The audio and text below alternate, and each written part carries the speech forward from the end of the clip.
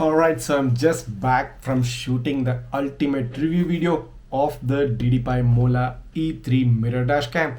So in my previous video, I had teased you and shown you how this camera is working out on my car screen. So in this video, I'll be doing a detailed unboxing and also show you the installation of this camera in case if you're interested in getting it done by yourself.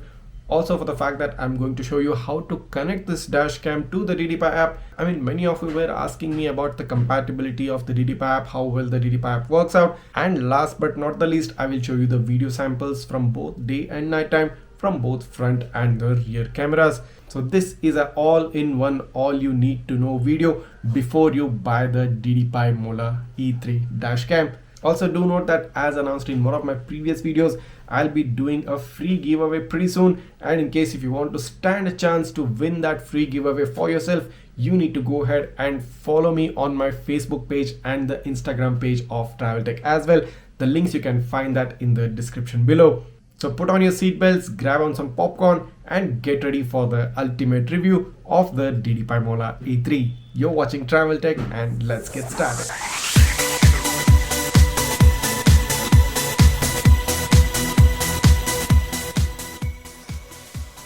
So here's the newly released Mola E3 Mirror Dashcam by DDPAI.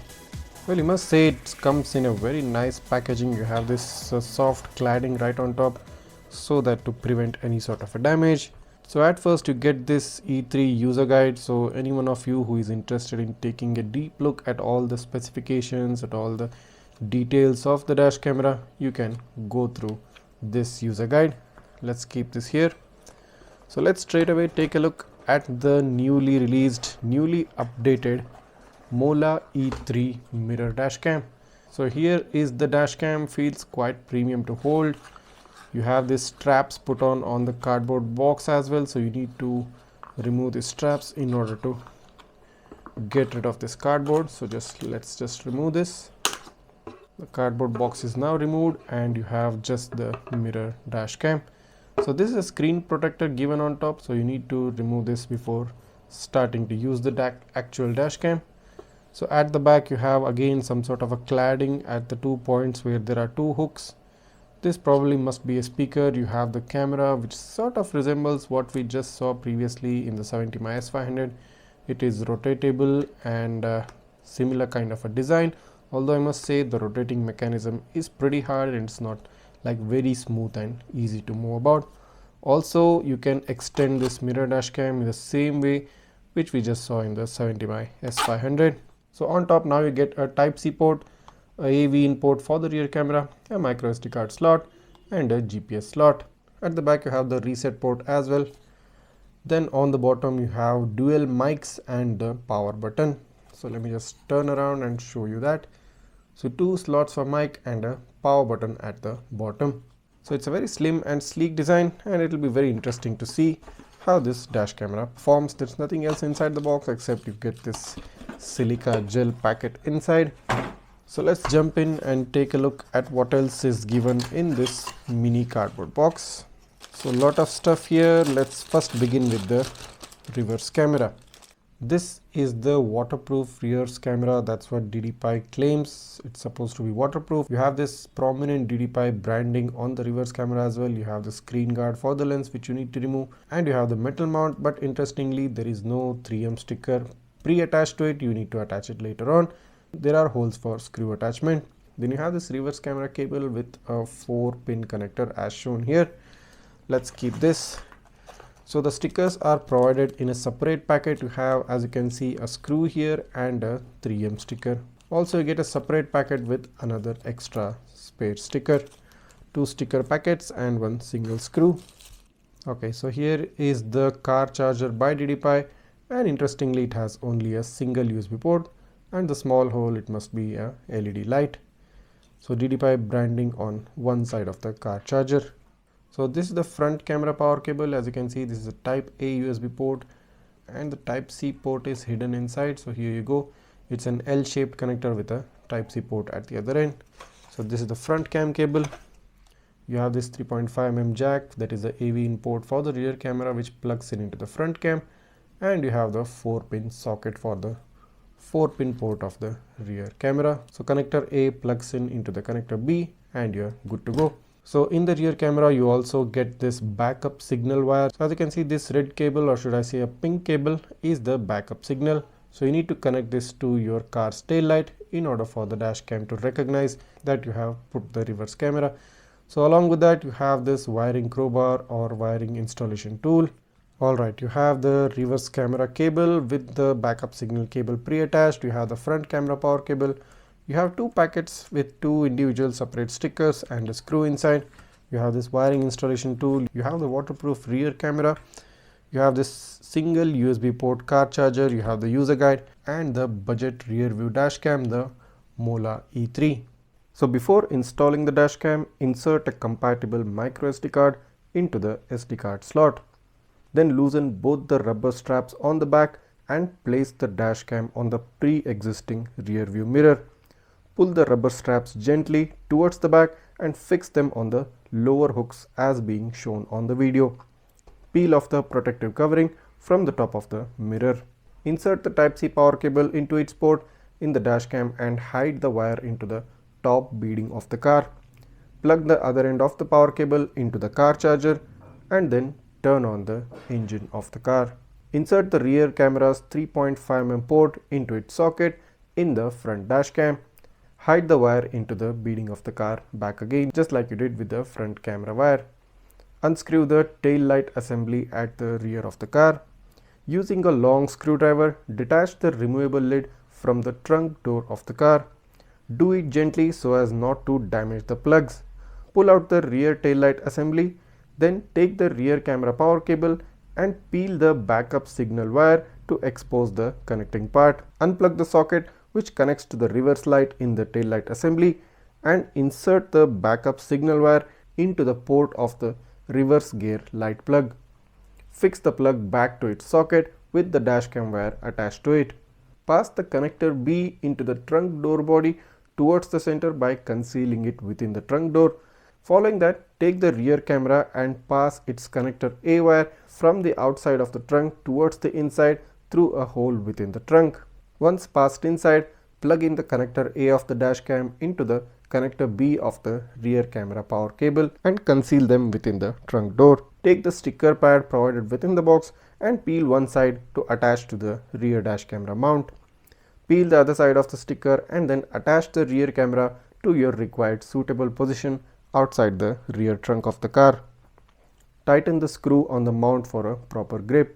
Following that, tighten back the screws on the rear taillight assembly to fix it back into its original place.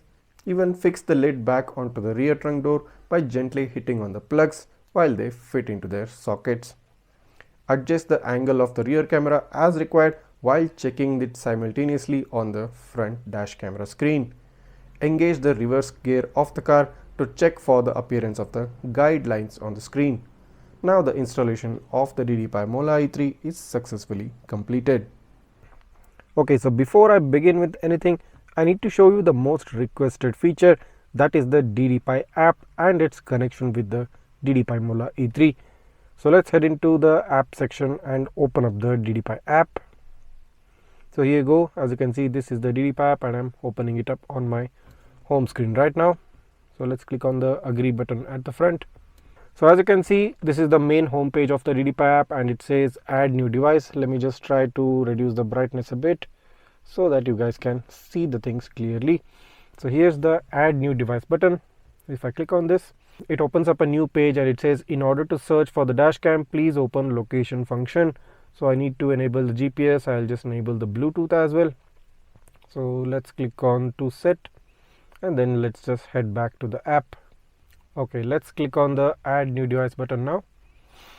So now you have three options: no screen dashcam, screen dashcam and rear view mirror. So there's a specific option for the rear view cam.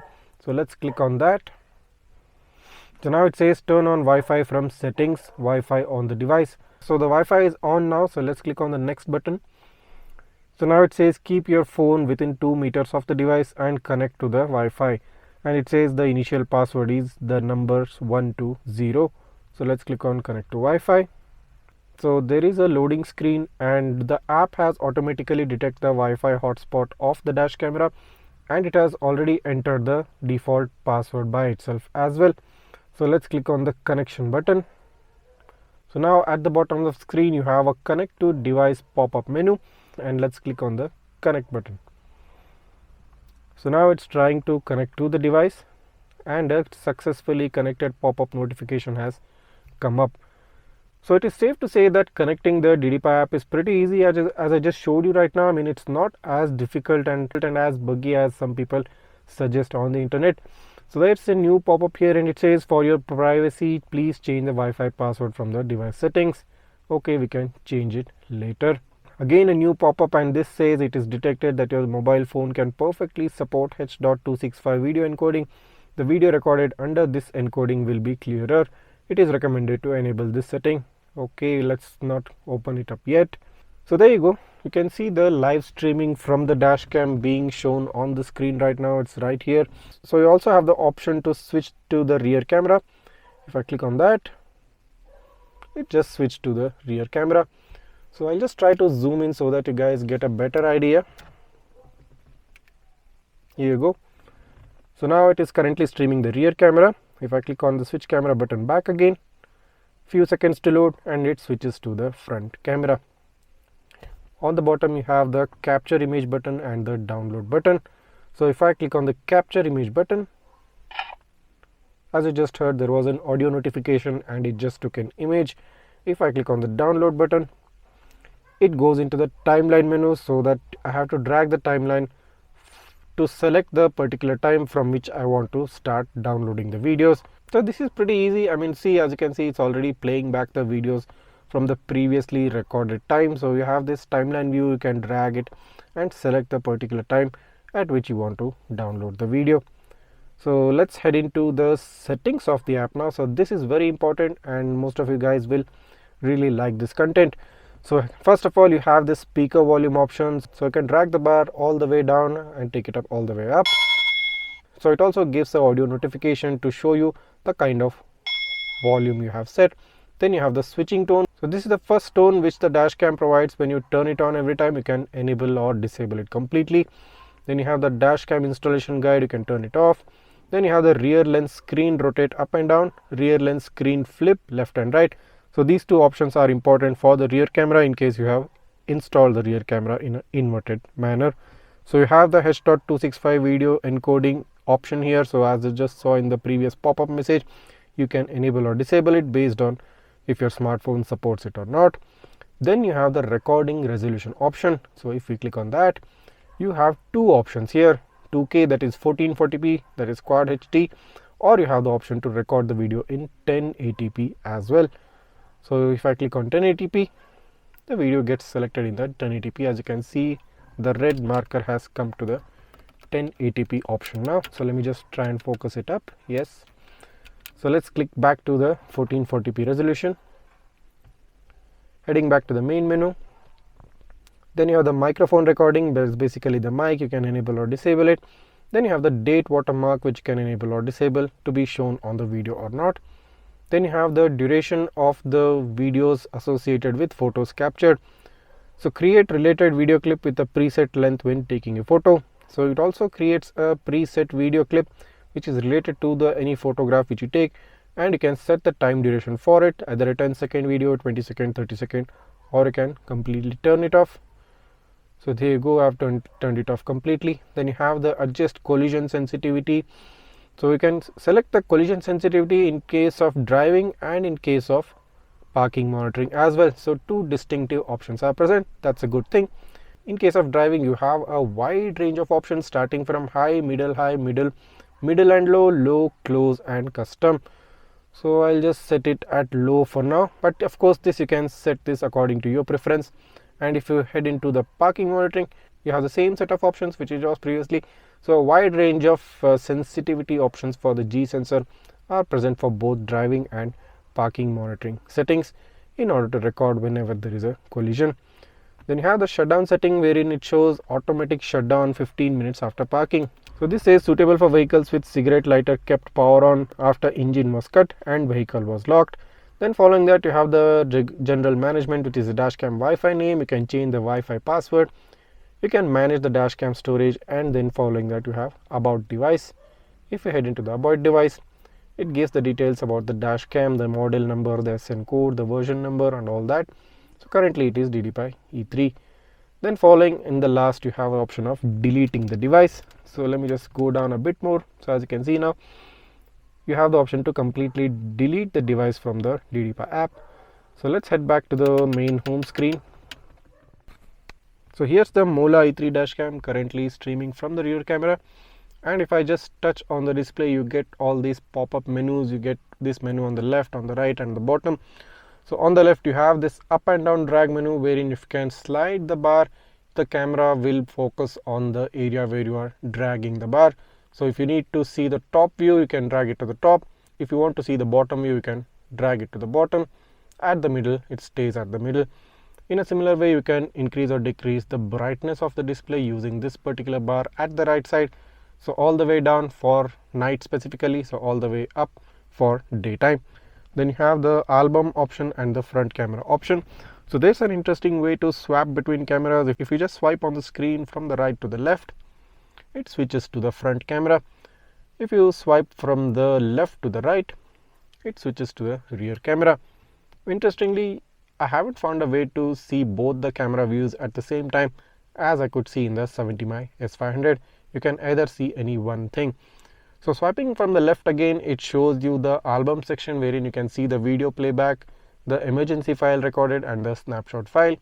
If we head into the video playback, as you can see, it gives you a long list of thumbnail views of all the videos that have been recorded. You can select any video and you can play that. So as you're seeing on the screen right now, it is currently playing one of the videos which I recorded during daytime. So you can easily view any of the recorded videos based on your convenience. You can take a look at all of these videos at your own convenience. So let's head back. So then you have the emergency file, which it records usually during any collision or any abnormal movement of the car. It records emergency videos and you can take a look at that directly on the screen itself. The main home screen, you have 4 different options at the bottom: the settings button, the album section, the snapshot button and the mic enable disable button. Also on top you have the Wi-Fi logo and the mic logo. So this shows you the status of the mic and status of the Wi-Fi hotspot. If we head into the main settings, you have this gray menu with all yellow round colored button icons present, unlike the 70mm one where it has a larger square icons. So first option, you have the wireless LAN option. You can enable your Wi-Fi. So as you just heard, you also get a voice notification. Turn off the Wi-Fi. Also the notification is a bit slow. As you just heard, I had clicked 3 times and the voice notification came up 3 times.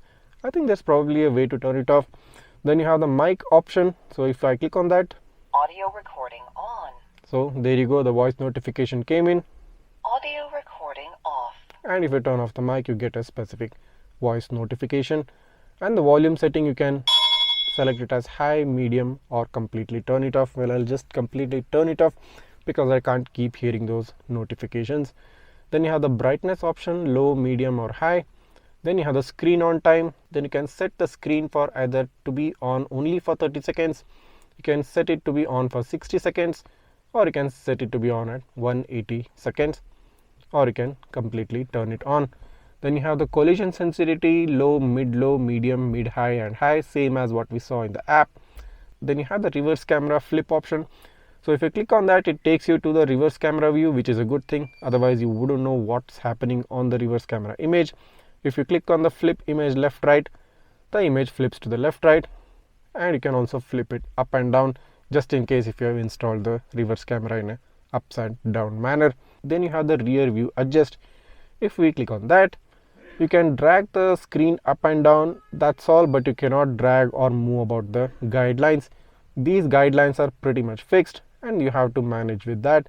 You can only take the view up and down. You can select the stock view which the camera gives once you engage the reverse camera. Then you have the turn off setting. So in this you have the auto shutdown after 15 minutes of parking. This is the same what we saw in the app.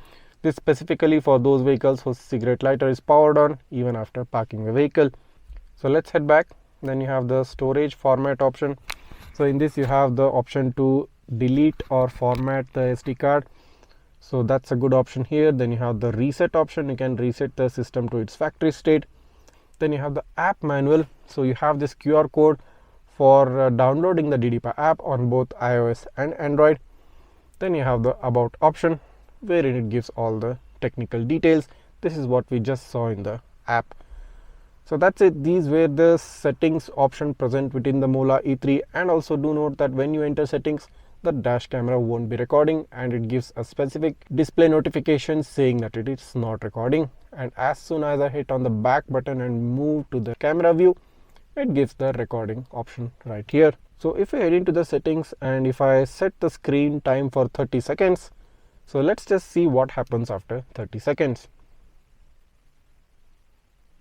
Well, the display has completely turned off as we expected at the mark of 30 seconds, and if I touch the screen back again, it turns back on. So this was the overview of the entire touch screen options for the DDPAI Mola E3. Coming to the daytime footage from the front camera, it has a 2560 into 1440p resolution at 25 frames per second. With a bitrate of about 12,000 kbps, it records videos with a storage space of 90 MB per minute. The overall video quality looks well balanced. I mean, especially the colors look really good. Even the field of view is decent, covering the entire windshield area. This records in a 16:9 aspect ratio, unlike the S500, which recorded at a 4:3 aspect ratio.